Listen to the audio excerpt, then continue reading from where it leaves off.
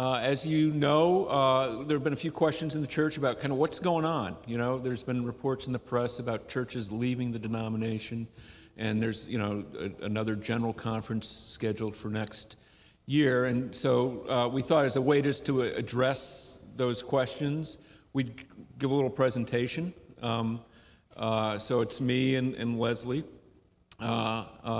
Pastor Spencer and Minu are in the back. This is just a lay thing. This is a lay matter for the congregation to think about.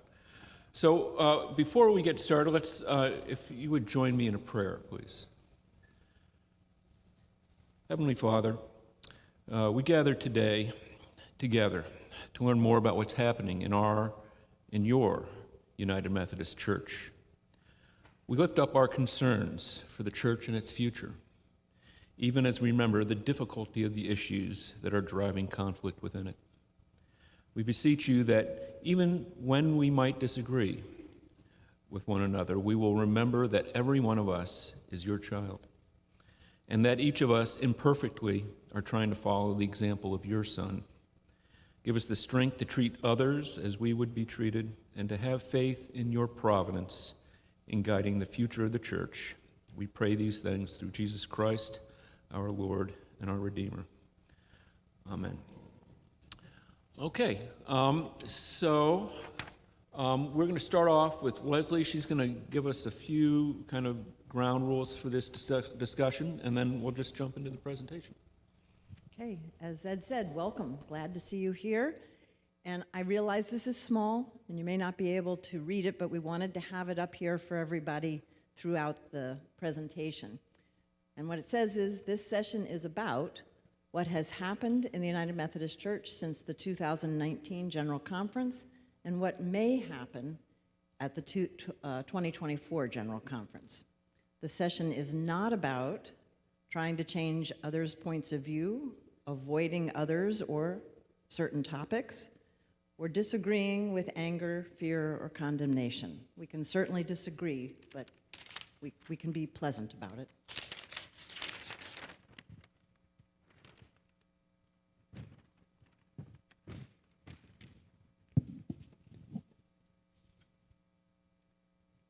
And then we have some basic ground rules that I think everybody is used to seeing in large group meetings.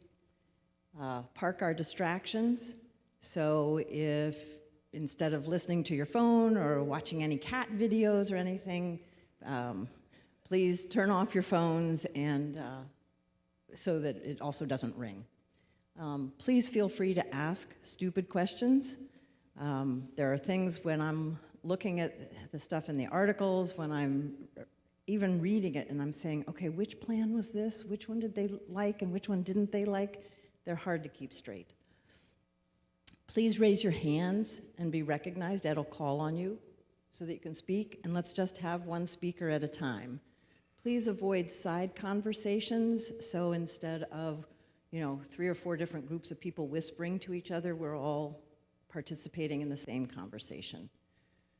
We will have a parking lot for questions that we can't answer here, so if there's something that we say, geez, we hadn't thought about that, we really don't know, or we don't have time to go into that fully right now, we have more paper under here and markers so that we can keep track of that, so that we can look at it at a later time.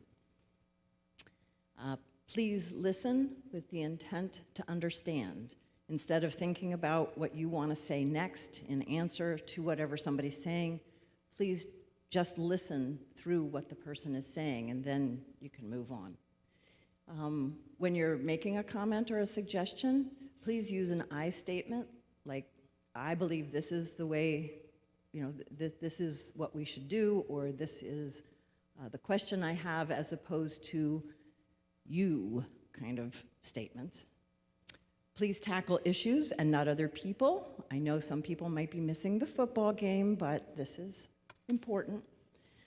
Remember, we are all part of the body of Christ together, and please trust that the Spirit is at work in our conversation as we go forward. Does anybody have anything they want to add to the ground rules? Comfortable with them?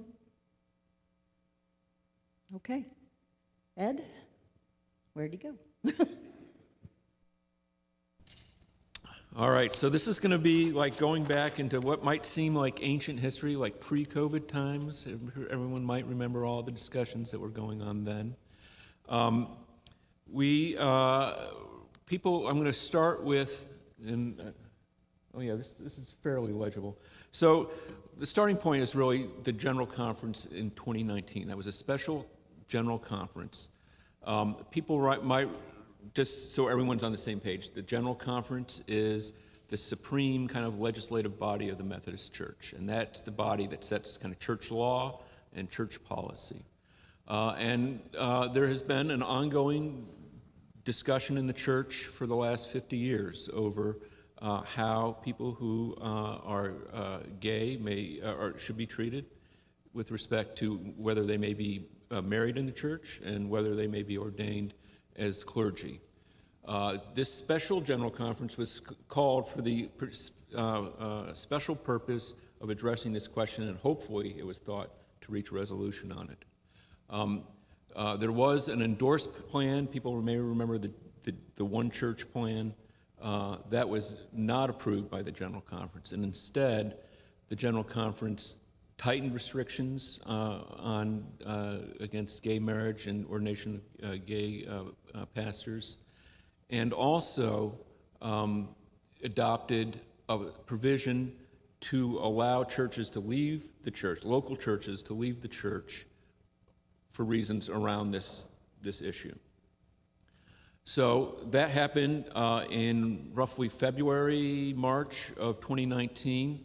And then, at least in the United States, all annual conferences, which is the geographic body that oversees groups of churches. So it's like the regional body, if you will. So we're in the Virginia Annual Conference, and it's kind of like the primary unit of Methodism. So every summer, every June really, annual conferences in the whole country meet. And in June of 2019, one of the jobs was to elect new delegates for General Conference that was scheduled to be the next year in 2020. And what happened in those elections were that people, and I'm going to use this term because it's the only term that's available, I don't really like it, but people that were more progressive on this issue got elected more frequently. And it shifted the composition of the U.S. delegation on that issue. As a result of that, and again, I'm going to use this term, it's not a great term, but it's the only one we got, people who are traditional on this issue, the leaders of that movement came to the realization that they weren't going to really be able to run the church the way they wanted, given that reaction. And that started a very intensive negotiation with leaders of the traditional groups, progressive groups, and centrist groups. And it resulted in, at the end of 2019, this document that you probably will remember called the Protocols of Grace and Reconciliation Through Separation. And it was a plan to divide up the church. And you might remember there was this really complicated system that it set out about annual conferences could decide whether they wanted to leave or not, and then after that, like local churches would decide whether they wanted to leave or not, and pastors would decide whether they would leave or not. And then there was also a grant of $25 million to start a new kind of traditionalist denomination. So that was going to be taken up the next year in 2020 at General Conference, but COVID happened, right? So first, the General Conference was moved from 2020 to 2021, and then it was moved from 2021 to 2022, and then in early 2022, it was moved to 2024. And once that happened, the more traditional leadership of the more traditional faction in the church decided it's time to leave. So they created a new church. They'd been working on it for a long time, called the Global Methodist Church, and the main traditionalist advocacy group refocused and decided, all right, we're going to help churches leave the church and join this new denomination. So that big complicated thing, the protocols that I just spent a little bit of time about, never became law. All right, so I just want to raise that because we spent a lot of time studying that, and it kind of confuses the issues, but it's actually, that is not the church law. All we have is this paragraph 2553, which it was adopted with the intent to allow more liberal churches, more progressive churches to leave the denomination. But the Judicial Council in 2022 said any church that wants to leave over these issues has to use this framework. So that is the governing law that kind of frames this whole conversation about disaffiliation.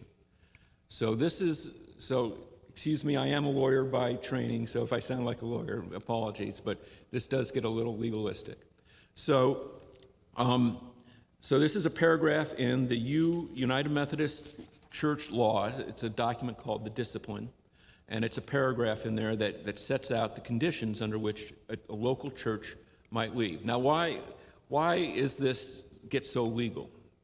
Because every church in the United Methodist Church, every local church, on the deed of their property is a clause that says that that property is held in trust for the United Methodist Church. And what that means as a legal matter is that this church could not sell that property, cannot sell this property without the approval of the annual conference. So it's easy to leave if you just want to walk out the door, right? As if a congregation wants to leave behind its property. But if they want to leave with the church, that's what 2553 is about. So these are the conditions that a church has to meet if they want to take advantage of this provision. Need a 2/3 vote of a special called church conference. That's not a charge conference, a church conference where all the members are entitled to appear and vote. They have to pay a pro rata share of any unfunded pension liabilities. They have to pay attorney's fees associated with all the legal work with the deed and that kind of thing. And then the annual conference, again, that regional body, needs to vote and approve the disaffiliation. Annual conference can set their own requirements, but it must be completed by the end of this year. So this is a limited window of time where this could happen. So the Virginia Annual Conference had worked on this, and the bishop set up a committee to figure out how to do this, and starting last fall in October, we started having special annual conferences, special meetings of the annual conference, just to vote on these disaffiliations. The annual conference added a few additional requirements, like paying back any grants that the local church might have received, support the clergy member through the end of the year, and other legal expenses associated with it. So as I said, we had a special annual conference last October. We had one last February. We had one last May. The last special annual conference that will vote on these issues will be next month in October 7th. The church has, the annual conference has said is if you wish to start that process, which is a lengthy process, requires at least 2 votes of the congregation, and getting all that kind of paperwork and funding together, you had to start last July. And all payments must be made by December 7th. So here are the results so far. And there was a lot of reporting about this in the news media this summer because, again, that's the annual conference season where all the annual conferences around the country meet. So coming into the, say, May or June of this year, about 2,000 churches had left, and then about 4,000 left, I should say, votes of annual conferences were taken that would allow those churches to leave. They can't actually leave till they pay the money.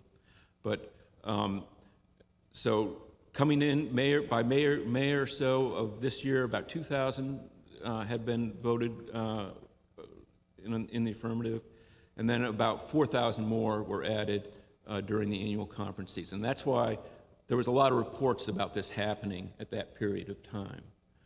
So I think everyone who follows this issue thinks so it's about 6,200 churches that have left so far in total, and that's about 20% of the membership, 20% of the churches in the United Methodist Church. There's about 30,000 nationwide. I'm just talking about the United States now. I'm not talking about the world. The United Methodist News Service reports that there are another 20 special annual conferences scheduled for the remaining of the year, which would include the one that is going to happen in Virginia. To date, there have been about 107 disaffiliations that have been voted on and approved by the Virginia Annual Conference. And at our annual conference in June, they projected that up to another 90 might happen. So that would bring it to about 200 churches of 1,100 in the annual conference, which would leave us as probably the largest annual conference in the Methodist Church in the United States.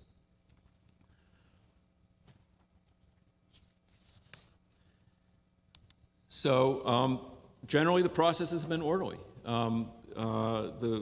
Methodists are methodical, and they're pretty good about figuring out how to follow procedures when they need to. There have been, especially last year, you didn't hear it, and early this year, there were some reports that misleading statements were being made around these issues, like claims that the Methodist Church was doctrinally unorthodox and like going to deny the divinity of Christ or other things like that. Those are things that are all false. And if you go to the annual conference's website, there's a link there to a bunch of FAQs that address all those claims. There were also a few lawsuits by churches that didn't want to follow this process and tried to get out by themselves on their own terms, but those were dismissed. The court found them of no merit. So who has left? So I've got a couple. There's a report that was put out by the Lewis Center at Wesleyan Theological Seminary in D.C. that kind of did a statistical analysis of the churches that had left through the end of June. So I've just pulled a couple charts out of that because it's just helpful to get your head around what's actually happening in the church. So the green bars are the number of churches in each jurisdiction. So there's 5, I'm sorry it's legalistic, but that's the way. There's 5 jurisdictions in the United States, which are groups of annual conferences: Northeast, Southeast, South Central, Western, and North Central. So green are the churches in each jurisdiction by percentage of the entire United States church. Gold are the percentage of churches that have disaffiliated by jurisdiction. So you can see it's a little more heavily weighted in the southeastern jurisdiction and the south central jurisdiction. And if you look at it by membership, it follows this same pattern more or less. Here's another way to slice it, just by size of church. So I was surprised to learn that more than half of the churches, United Methodist churches, have less than 50 members. But you can see maybe it's weighted a little bit more towards the smallest churches, but pretty even distribution between churches that are staying and churches that are leaving, if you look at it by size.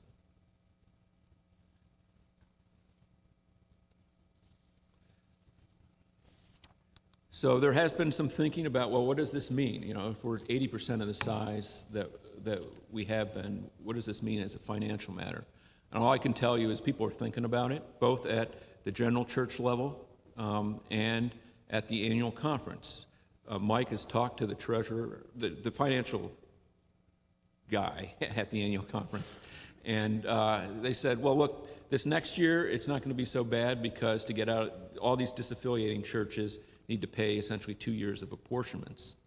But the year after that, it is going to be a challenge, and we're going to do a ground-up evaluation of the budget and figure out, think fresh about what do we need to do to run this church if we're 900 churches as opposed to 1,100. So, no details, but all I can tell you there is that people are thinking about it. So the next part of the presentation is just to talk about General Conference next year.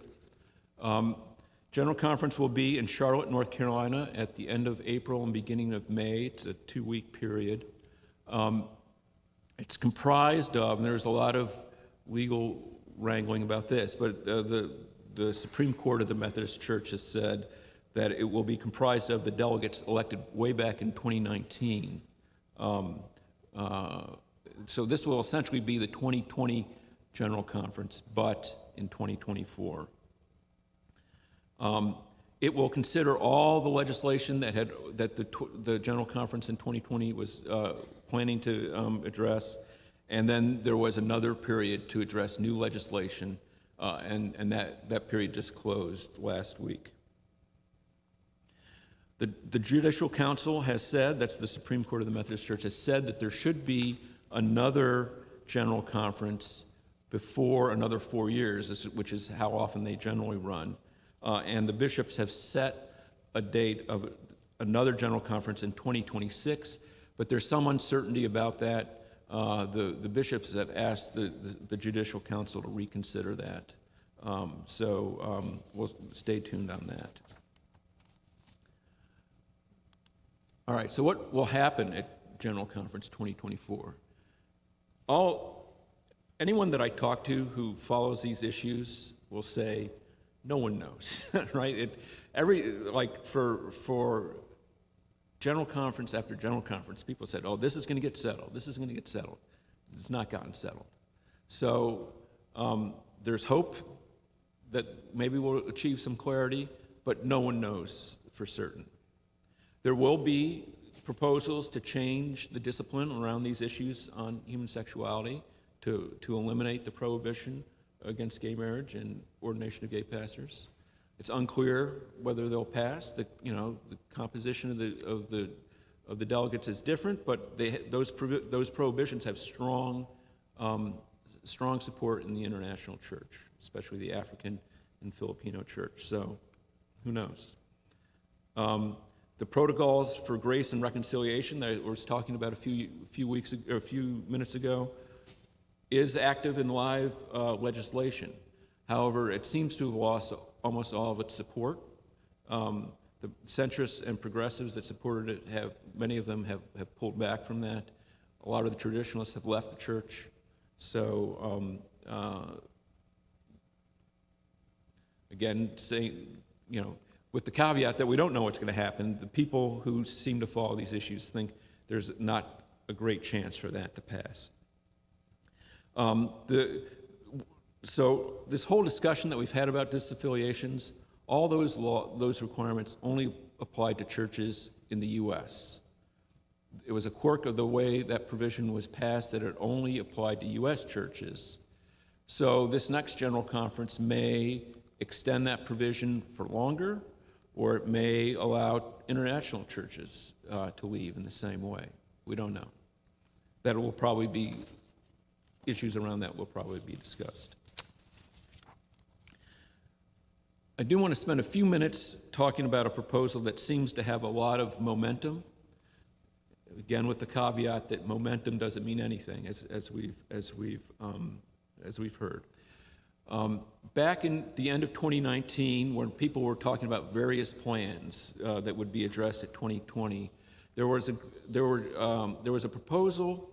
It was called the Christmas Covenant, and it was proposed by leaders in the Filipino and African church and European church, I think, that centers around this idea of regionalization. So you got to really know a lot about the Methodist Church to understand what this is about. But if you look at the picture on the right, that shows any place you see not a yellow but a shaded region of the world. That is a place where we have an active Methodist Church. So you see the United States over on the left. But on the right, there are jurisdictions of churches in Africa, in Europe, and then in the Philippines. So those are called central conferences, another kind of legal sounding term, but and there's about 7 or 8 of them. And they are on a different level than the United States. Like, they're kind of subordinate to the United States.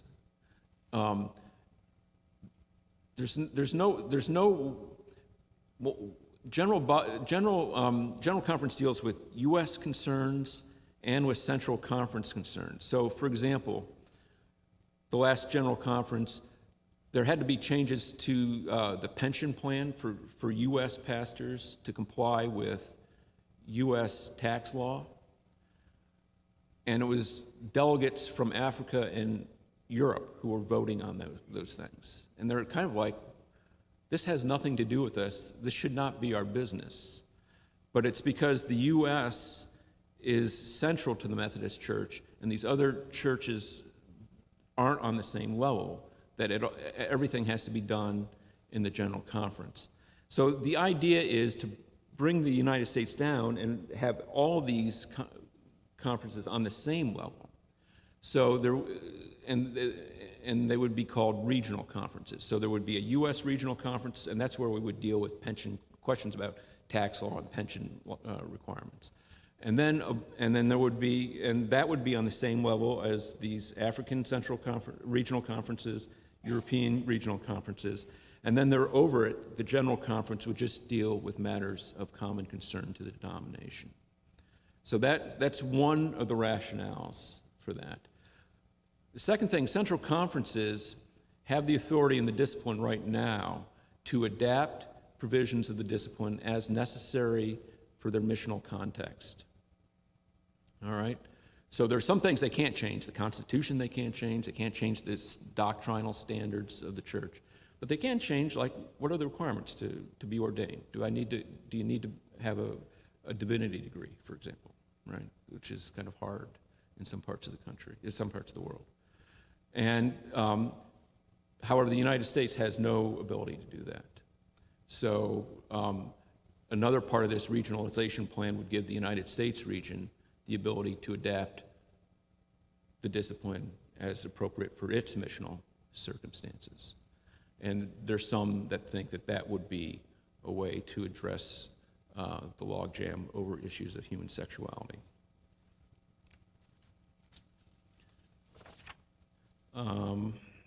The proposal has the support of a number of important bodies in the General Methodist Church, the Connectional Table, and the Standing Committee on Central Conferences. In this last annual conference season, many annual conferences passed non-binding statements of support for it, including the Virginia Annual Conference. If this were to get passed by the General Conference next year, it would require amendments to the Methodist Constitution, which would require it to go back to the annual conferences, and would need to pass by a 2/3 vote of all delegates voting in all annual conferences. So the last time that they tried to do that, it failed. So there's no guarantee that that will happen. So that is the end of the information of the presentation. I do have a bunch of sources back here, so people who want to dig in further, I can send you this slideshow, and you can look at the things that I looked at. But now is the time for kind of discussion. So with that, I know that's a lot of information to kind of process, but I see Greg has already got his hand up, so let's start with you, Greg.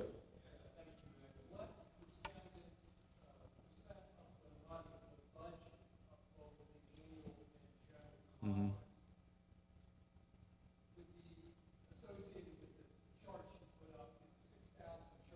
Yeah. Show the number of people.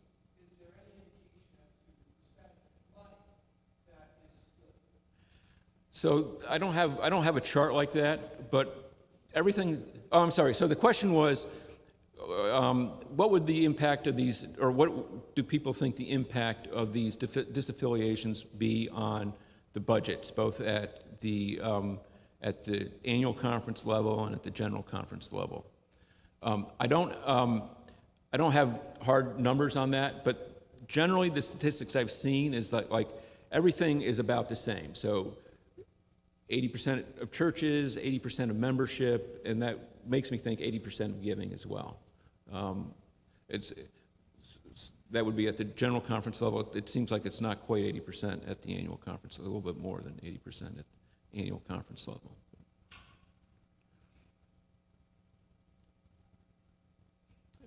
Jim.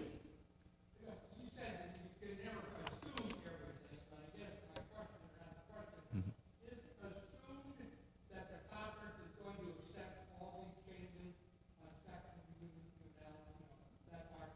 Is that assumed that that's going to happen? I don't think anyone is assuming anything. I really don't. I think we've just been through this too many times, and to know whether these changes will be adopted or not. Oh, Pat?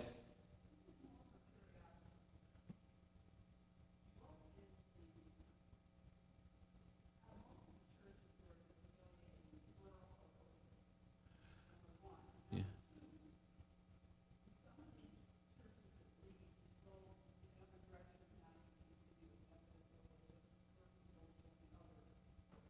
Yeah. All right, so Pat's question was, number one, are these rural or urban churches that are leaving? And number two, are they all going someplace, or are they just kind of being their own churches? So on the first question, I got to say I don't know, but that distribution of size makes me think, this is my guess, and Pastor Spencer can correct me if I get this wrong, but smaller churches are more likely in rural areas. And so that makes me guess that maybe they're more rural, but I don't know that for sure.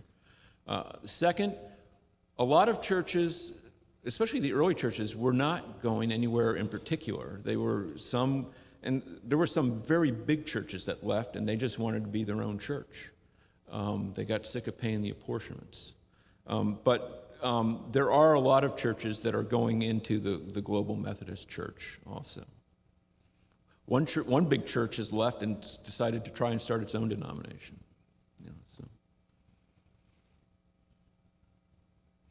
Yeah.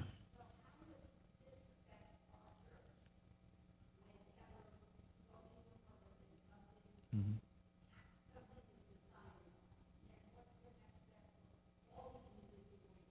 Yeah. So the question is, what is the effect on St. Stephen's of all these changes? So right now, there's no effect, right? Like, there's no vote required. We're just moving along as we always have. We'll see what happens at General Conference. If that regionalization plan ever got adopted, I doubt that there would have to be any vote or decision by the annual conference, or by St. Stephen's. But as I said, there might be other legislation. There might be other ways to approach the issue of human sexuality that's adopted by the General Conference that might require a vote. But we don't have any information on that. Yeah, Betty.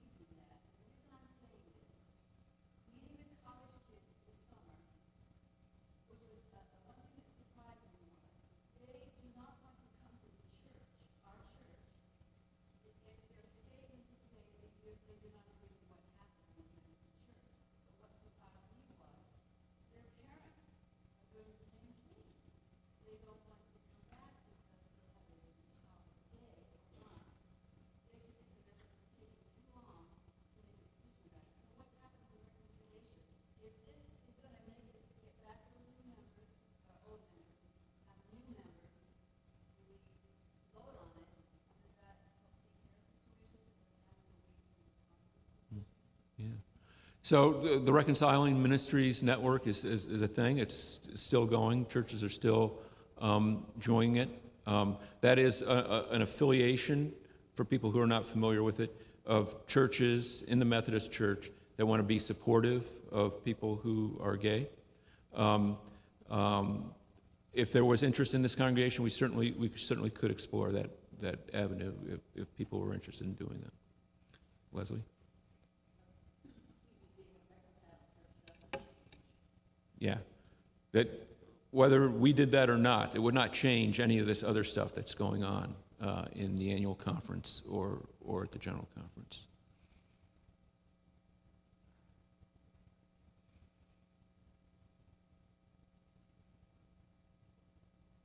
Oh, yeah.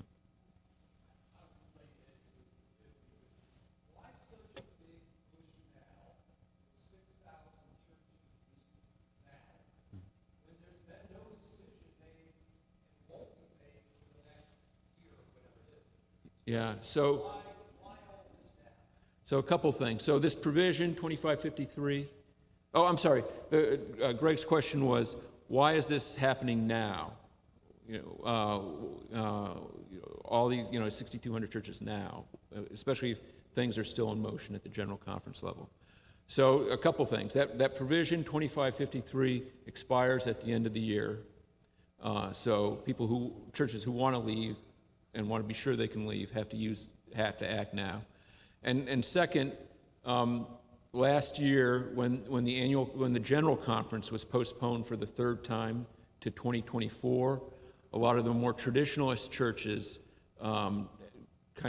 decided it was time to leave. And the Wesleyan Covenant Association started pushing, or not pushing, but inviting people to leave the church, and the Global Methodist Church, which is the new traditionalist denomination that's been started, was started up.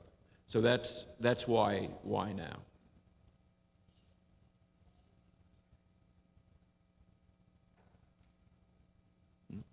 All right.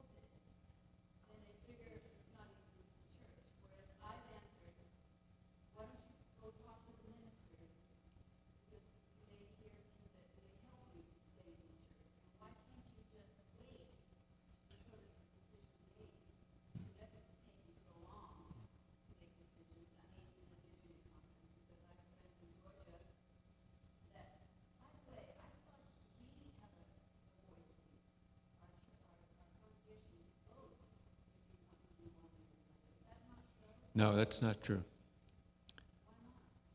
Well, we have a vote through, we elect annual conference members. I'm a member of the annual conference. And then the annual conference votes for delegates to general conference. And it's a representational system. So however, if, for example, this regionalization proposal was adopted by the general conference, there would be a vote by the annual conferences about whether to make the changes to the Constitution necessary. But it's not a direct democracy in that way. Leslie? Yeah, Betty's question was,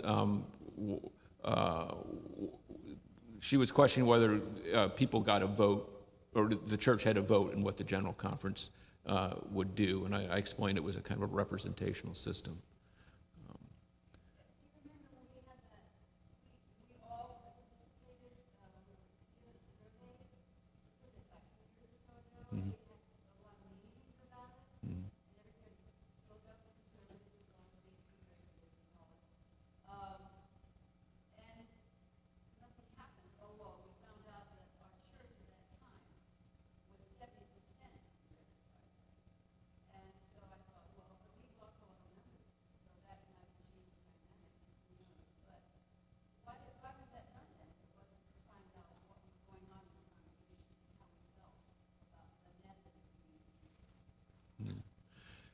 I think Betty had more of a comment than a question to me, but but she was remembering that in 2019 we did a church survey that showed about 70% of the congregation at that time was progressive in outlook on these issues, and wondered why nothing had happened more on that issue since then.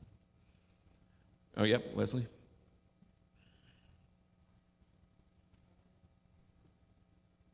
I just wanted to follow up just a little bit on that because I was one of the people who helped facilitate some of the conversations.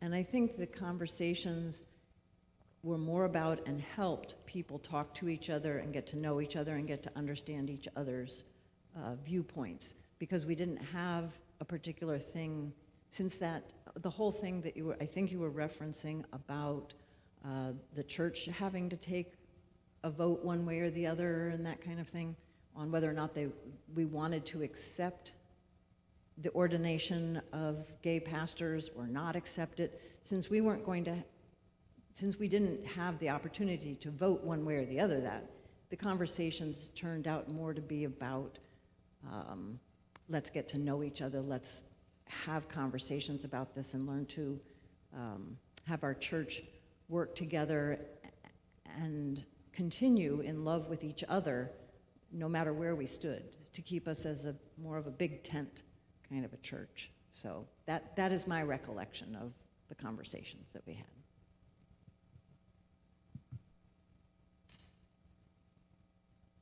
Oh, yeah, is there?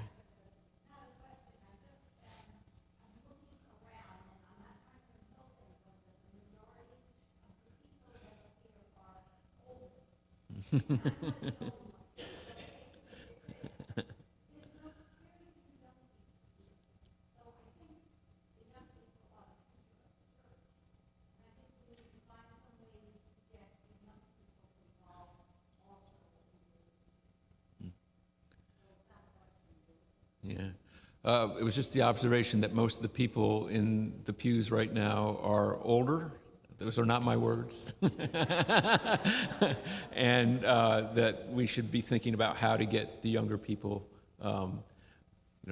Mike's like, what about me? Get the younger people engaged in this issue.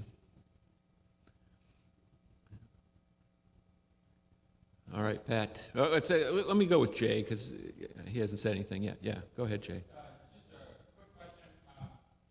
I see a little bit of a disconnect between December 2023, the votes have to be done for the disaffiliation process, and then April or June 2024, there's the annual conference. Could things come out of the 2024 conference that could kind of say, okay, continue your disaffiliation process? Yeah, it could. I guess I wouldn't. So right now, under church law, right? That's what we're talking about. It's over in December 2023. That's what was decided back in 2019. Next year at General Conference, they could decide to extend that if they wanted to, or not. So it's just, things may change next year, but the due date has nothing to do with that. It's just what the provision says that was passed in 2019. Okay, Pat?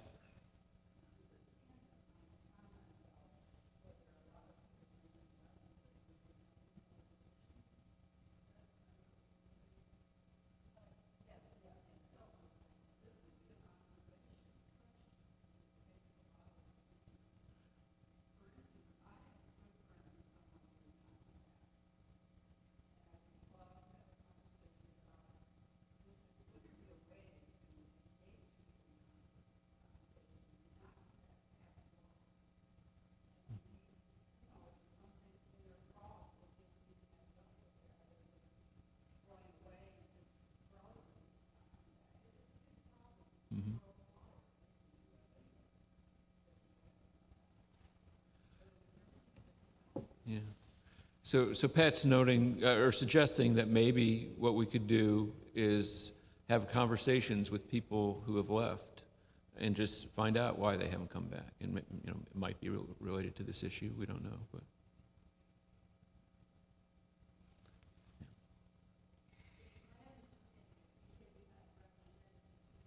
Mm-hmm.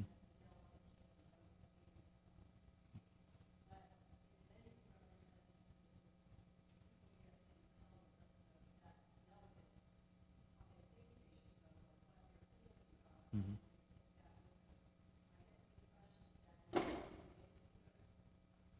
Well, it certainly could. I'm sorry. So the question is, how does the congregation provide input to the delegate to annual conference?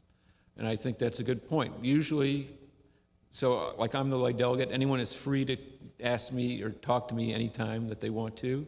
If there's enough interest, I'd be happy to have a listening session before annual conference next year.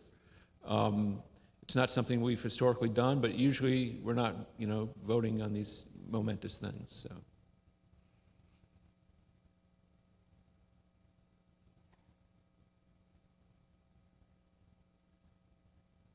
Oh, yeah. Mm-hmm. 52293 or yeah. 2553. That's what it is. Yeah.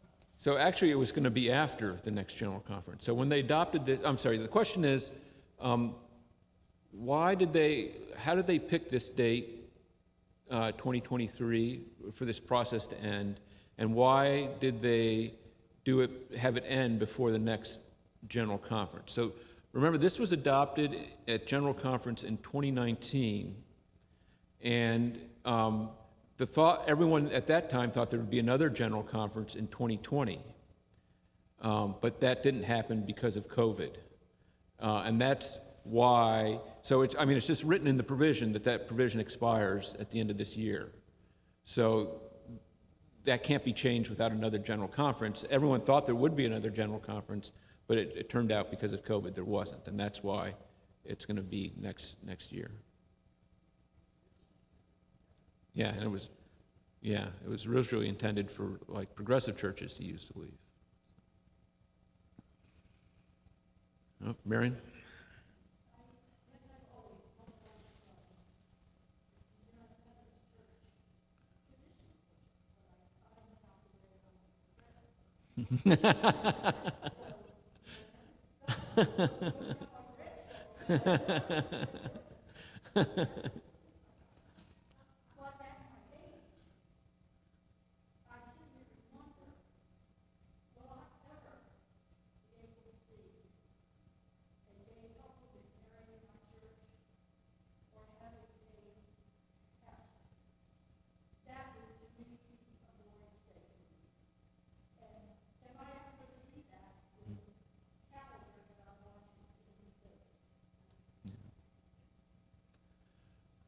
I'll just summarize her thoughts so people hear it. She's surprised to find that she's a progressive, at least on this issue, and expressing concern that she may never be able to see a gay marriage in this sanctuary or a gay pastor. Jim, I think you had your hand up next. Well, this is a matter of interest. I know at conference we had 2 delegates, we had 2 ministers. Right. I guess I'm wondering how those 4 people feel on this issue. Do they like the change, or are they against the change? Yeah, so, all right, I'm looking at Tom Bradley, and I'm looking at Spencer and Pastor Minou. Yeah, I think we can provide a response, but I'd rather it be thoughtful and not just by the seat of my pants, if that's all right with you. Yep. The question was, Jim wondered what the views of our delegation to annual conference is on these issues of human sexuality, and I'm going to defer, at least for myself right now, and I said I will provide an answer, but it's it's a complicated question, and I think I'd like to give it a thoughtful answer. Yeah, go ahead, Leslie.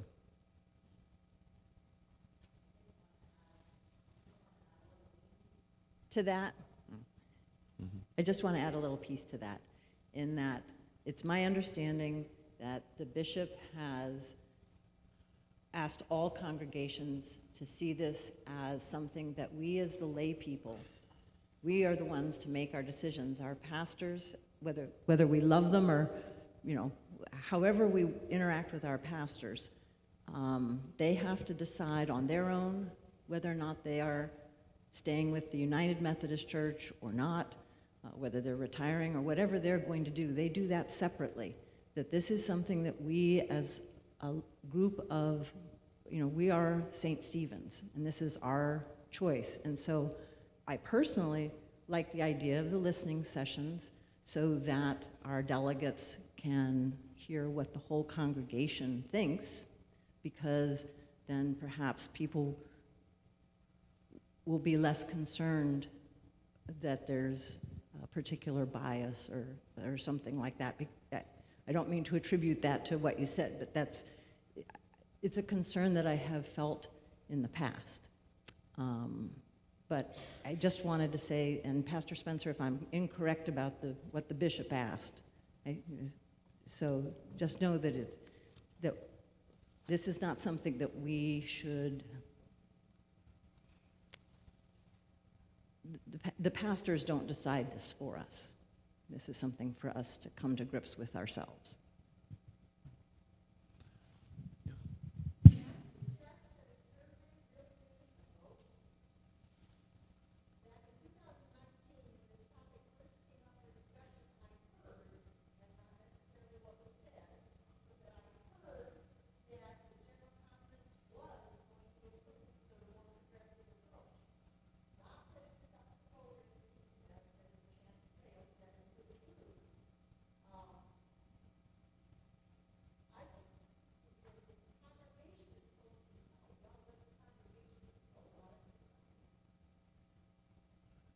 So there's nothing for the congregation to vote on right now. So there's nothing.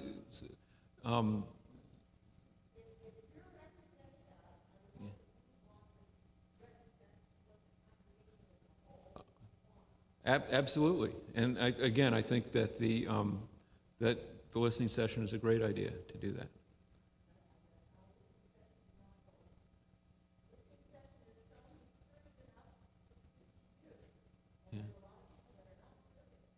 So I'm sorry, we've had this colloquy here and people can't hear. So I think the concern is that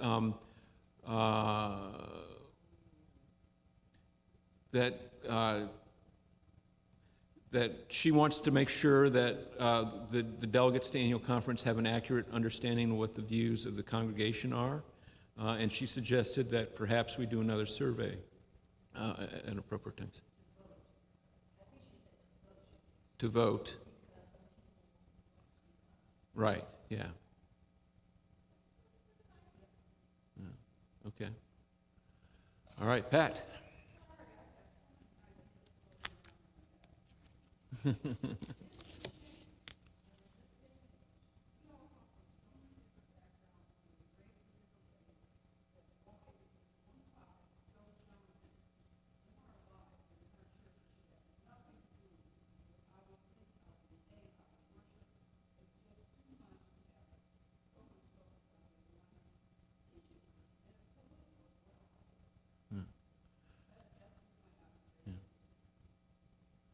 All right. So Pat expressing frustration that so much.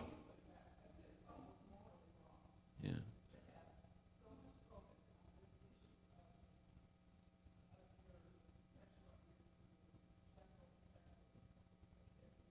Yeah. So Pat using stronger words than frustration, that it's morally wrong that we're devoting so much energy to this one issue in the life of the church. Okay, Alan? As with any big institution, the Methodist Church is like a turtle going through concrete.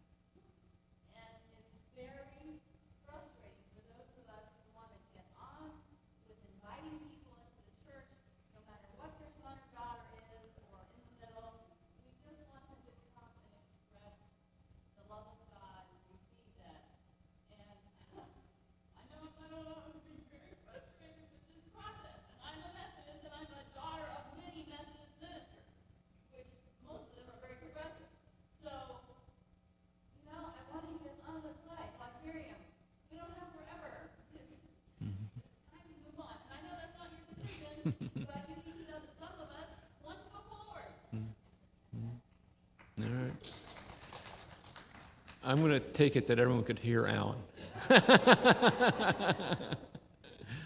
Thank you, Alan. All right, Betty.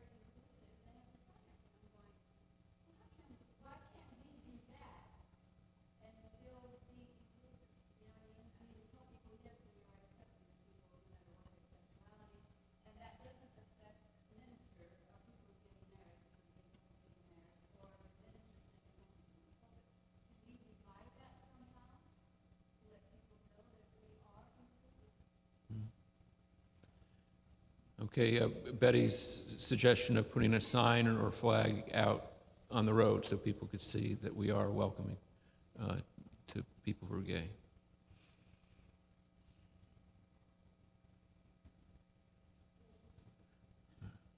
Okay, Marion.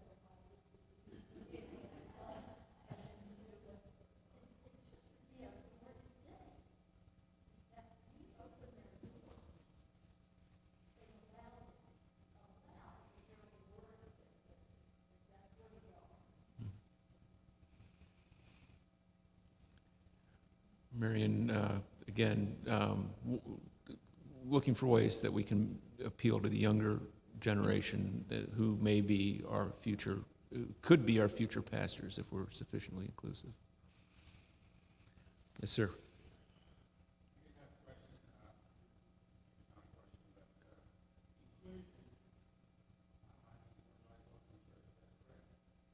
I couldn't hear that. Mm-hmm.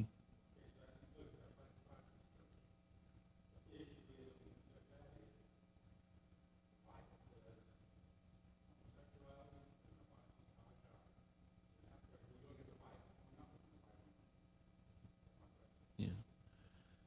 So I'm going to take that as a rhetorical question, but the point is that the Bible has injunctions against homosexual practices, and what's governing us here? I'm not going to try to answer that here.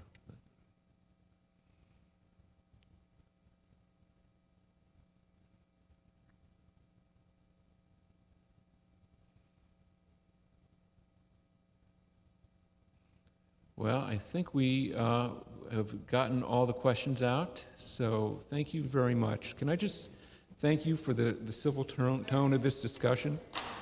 Yes.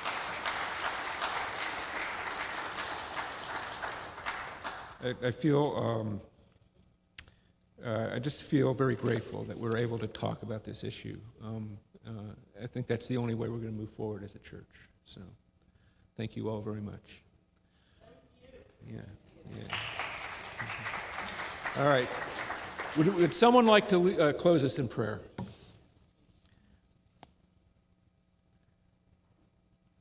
I opened us. All right, Marion. Here, can we get Marion okay.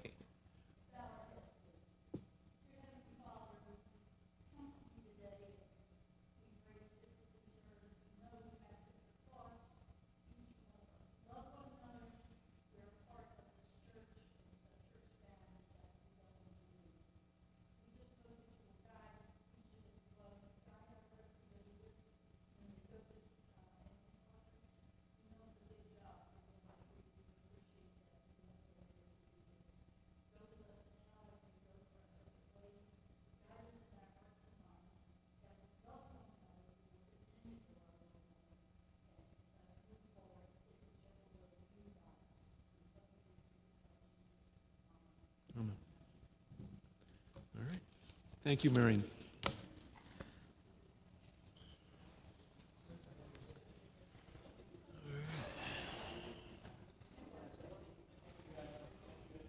Yeah. I thought that went pretty good.